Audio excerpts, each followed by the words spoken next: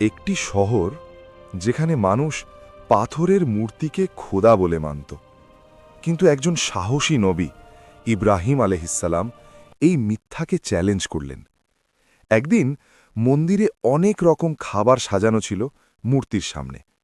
ইব্রাহিম আলাইহিসসালাম এগিয়ে গিয়ে বললেন, খাও, না হলে কথা বলো। কিন্তু মূর্তিগুলো না খায়, না কোনো উত্তর দেয়। তখন তিনি বুঝিয়ে দিতে চাইলেন এগুলো কোনো খোদা নয়, এবং তিনি নিজের হাতেই মূর্তি ভাঙা শুরু করলেন। কিছুক্ষণ পরে তিনি পাশে একটি কুড়াল দেখতে পেলেন এবং কুড়াল দিয়ে একে একে সব মূর্তি ভেঙে ফেললেন। সব মূর্তি ভেঙে শেষে বড় মূর্তির সামনে এসে তার কাঁধের ওপর কুড়ালটি ঝুলিয়ে দিলেন, যেন মানুষ নিজেরাই সত্যটা বুঝতে পারে।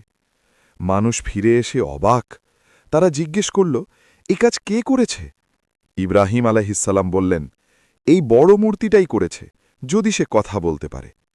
তখন তারা বুঝতে বাধ্য হল যে মূর্তি কথা বলতে পারে না, সে কখনোই খোদা হতে পারে না। সত্য সব সময় জিতে যায়, আর মিথ্যা একদিন ভেঙে পড়বেই।